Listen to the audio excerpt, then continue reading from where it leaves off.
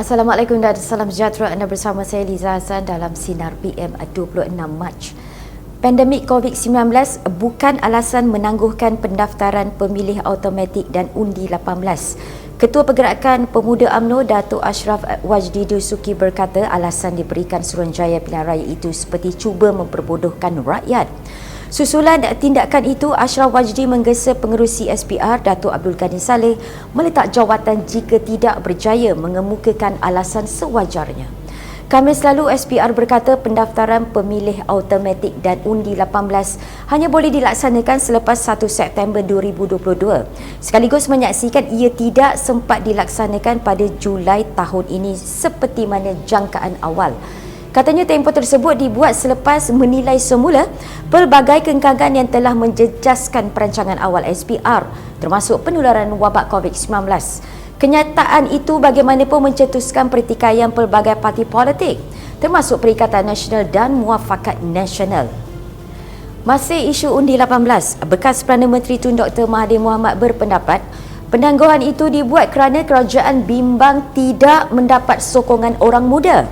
Katanya ketika Pakatan Harapan mengambil alih Putrajaya pada 2018 dan perkara pertama yang dibuat adalah membenarkan pendaftaran belia berusia 18 tahun ke atas sebagai pengundi. Namun ahli Parlimen Langkawi itu berkata perkara itu tidak dipandang serius.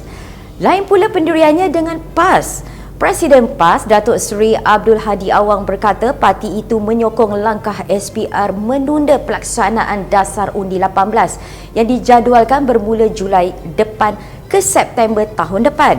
Hadi berkata keperluan mengundi dinilai menerusi kematangan, bukannya had umur semata-mata. Beliau menambah PAS juga tidak terkesan dengan keputusan penangguhan itu.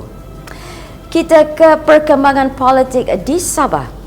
Pakatan Harapan perlu menolak kerjasama dengan pengerusi pejuang Tun Dr. Mahathir Mohamad serta sekutunya menjelang PRU15. Ketua Penerangan AMK Sabah Razif Rakimin berkata ketika menjadi Perdana Menteri, Dr. Mahathir menolak banyak inisiatif daripada beberapa kementerian seperti yang dijanjikan dalam manifesto Pakatan Harapan. Bukan itu saja, malah Dr. Mahathir juga menggunakan kaedah pecah dan perintah apabila mencadangkan Presiden Parti Warisan Datuk Seri Muhammad Shafie Apdal sebagai calon Perdana Menteri. Beliau juga cuba memerangkap ahli parlimen dari Sabah dan Sarawak dalam permainan kotor yang akhirnya menimbulkan pergeseran antara komponen Pakatan Harapan. Kos mengerjakan ibadah haji meningkat kepada RM25,000 berikutan cukai nilai tambahan yang diperkenalkan Kerajaan Arab Saudi. Pengarah Eksekutif Lembaga Tabung Haji Datuk Seri Said Saleh Abdul Rahman berkata cukai itu meningkat pada 2018 dengan kadar 5% dan dinaikkan ke 15% pada tahun lepas. Beliau menambah jumlah cukai itu tidak mengambil kira pelaksanaan SOP yang ditetapkan Arab Saudi. Namun katanya kadar bayaran yang perlu ditanggung jemaah negara ini masih belum ditetapkan.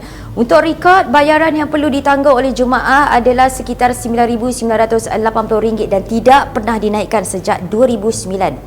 Okey, jadi itu saja Top 5 News pada hari ini. Jangan lupa dapatkan akhbar sinaran esok dengan tajuk Hapus Suara Nyamuk, Cetus Kesangsian dalam UMNO.